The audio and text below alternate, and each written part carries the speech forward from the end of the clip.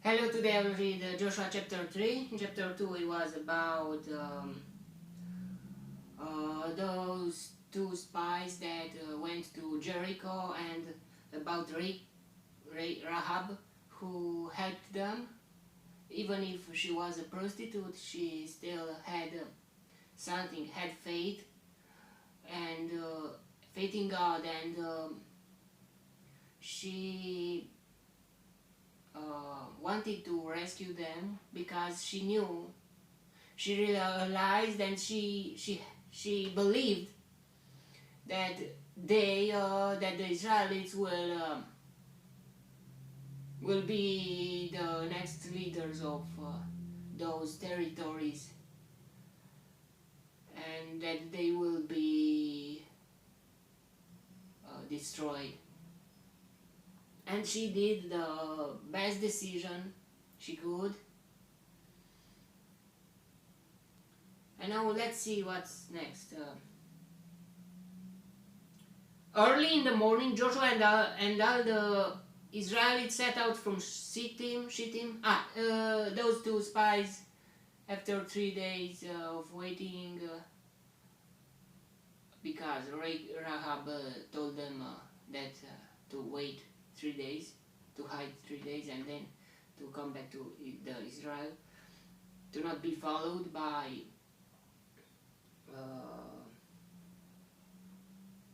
people from Jericho. And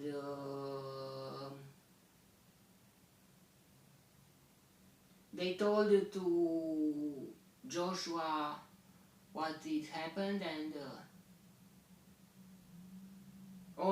still they said to Joshua, "The Lord has surely given the whole land into our hands. All the people are melting in fear because of us." Yeah, told him everything that had happened to them. Yeah. Now let's see what's happened next in the chapter 3. Early in the morning, Joshua and all the Israelites set out from Shittim and went to the Jordan, where they camped before crossing over. After 3 days, the officers went throughout the camp, giving orders to the people. "When you see the ark of the covenant of the Lord your God, and the priests, who are Levites, carrying it, you are to move out from your position and follow it. Then you will know which way to go, since you have never been this way before. But keep a distance of about 1,000 yards between you and the ark. Do not go near it." Why? Because God was holy, and the presence of the Lord was in that ark. And if they would be not very holy, they could die. They could be punished by God, because the essence of the God is holy. And yeah. Joshua told the people, "Consecrate yourselves, for tomorrow the Lord will do amazing things among you." Joshua said to the priests, "Take up the ark of the covenant and pass ahead of the people." So they took it up and went ahead of them. And the Lord said to Joshua, "Today I will begin to exalt you in the eyes of all Israel, so they may know that I am with you as I was with Moses. Tell the priests who carry the ark of the covenant, when you reach the edge of the Jordan's waters, go and stand in the river." Joshua said to the Israelites, "Come here and listen to the words of the Lord your God. This is how you will know that the living God is among you, and that he will certainly drive out before you the Canaanites, Hittites, Hivites, Perizzites, Girgashites, Amorites, and Jebusites. See, the ark of the covenant of the Lord of all the earth will go into the Jordan ahead of you. Now then choose 12 men from the tribes of Israel, one from each tribe. And as soon as the priests who carry the ark of the Lord of all the earth, set foot in the Jordan, its waters flowing downstream will be cut off and stand up in a heap." Wow.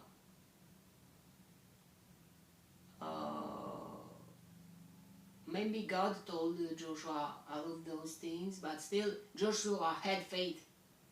He was always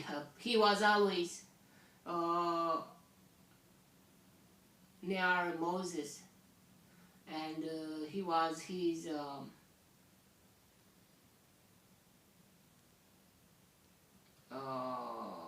follower or something like that, his close follower.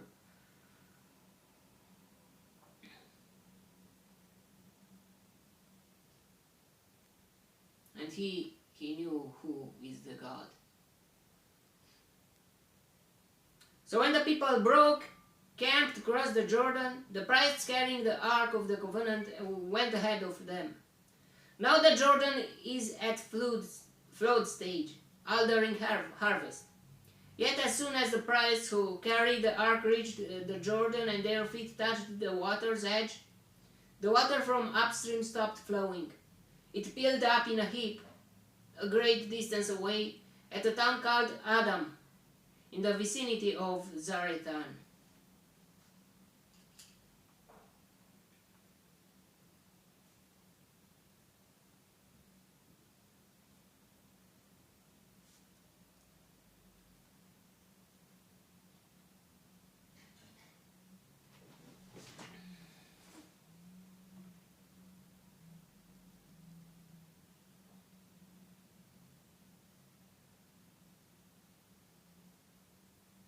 While the water flowing down to the sea of the Araba, the Salt Sea, was completely cut off, so the people crossed over opposite Jericho.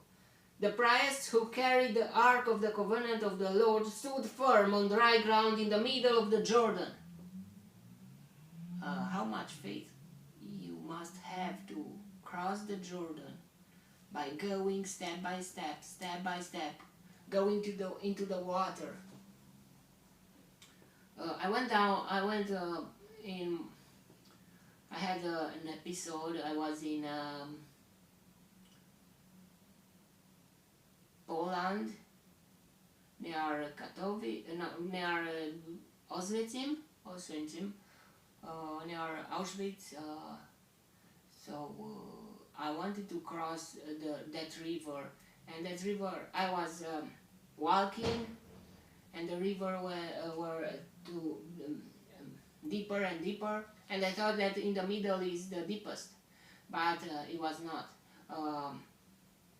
I was making another step, and until the water took me, and I saw nothing in my eyes, and I said, "God help me!" And somehow I catched a branch from a tree from the other side of the river, and somehow I climbed up into the branch. The branch almost broke, but I knew that God was with me, and that He helped me, He saved me, and I had faith in God. I knew that God will not let me fall into the river. It was hard to climb up because I had a backpack, and my backpack was full of water, and I was with my back on the water, and my foot and my arms like that, like a monkey.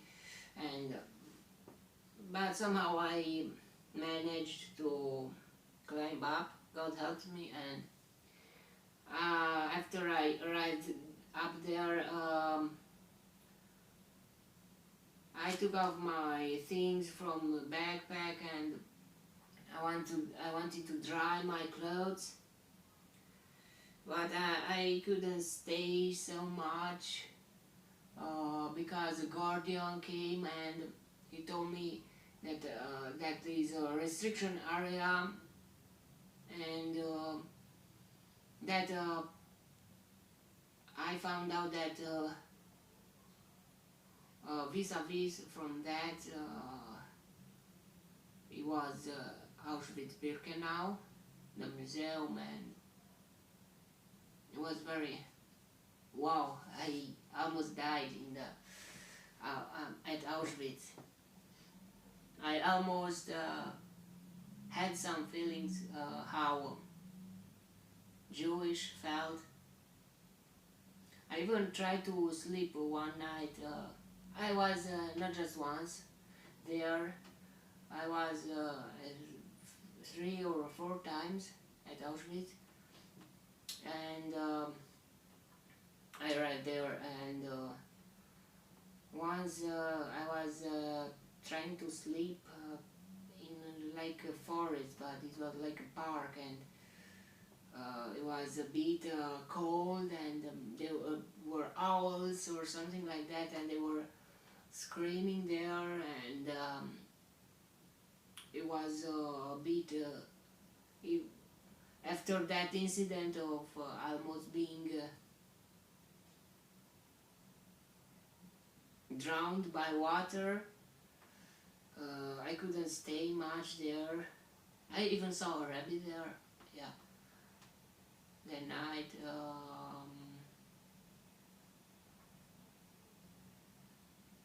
And I continued my road to Katowice. Okay, let's continue with the chapter. Um,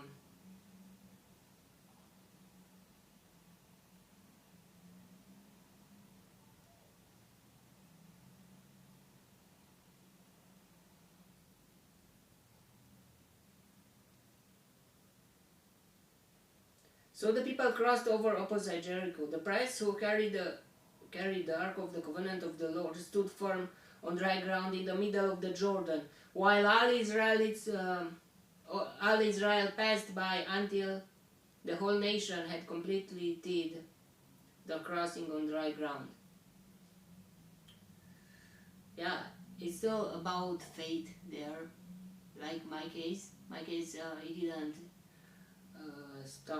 cut off the water, but somehow God helped me. I don't know how to swim, and even with my backpack and a plastic bag on my hand, I think I had, yeah, one. And I lost some things, important things, like a map, like some files with the. I had no phone, only files, papers with names of the cities and of that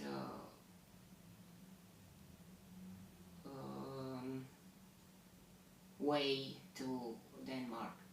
I couldn't arrive at Denmark there in that day in 2018, but I arrived in another time, another excursion, another trip in 2020. Yeah.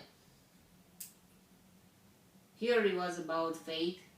Joshua had faith, and after that, the priests who carried the ark should have that much faith to risk their lives to walk into the waters and to believe that the waters will be cut off.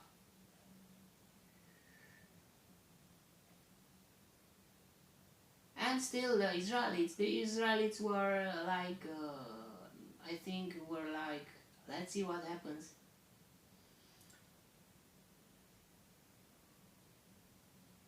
Maybe they didn't see those generations. They didn't see what happened with. They didn't came out from Egypt. This generation was born in the desert. Their fathers and mothers died. even if they saw so much miracles, but still from this generation they heard their mothers and their fathers, and still they saw that God is protecting them, carry them, and still they saw Moses and those fightings with some people from before the Jordan River, and was a generation of who had faith.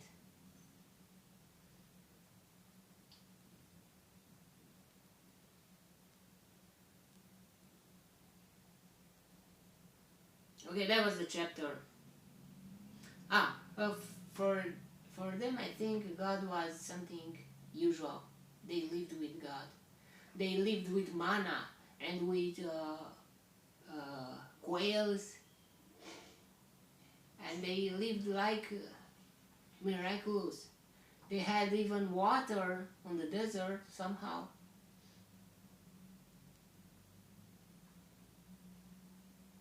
I think they saw even they saw always the presence of the God at the ark, at the tent of meeting or something like that. They lived with that every day, and yeah, that was the chapter. May the God bless me, protect me, and elect me in the next chapter too.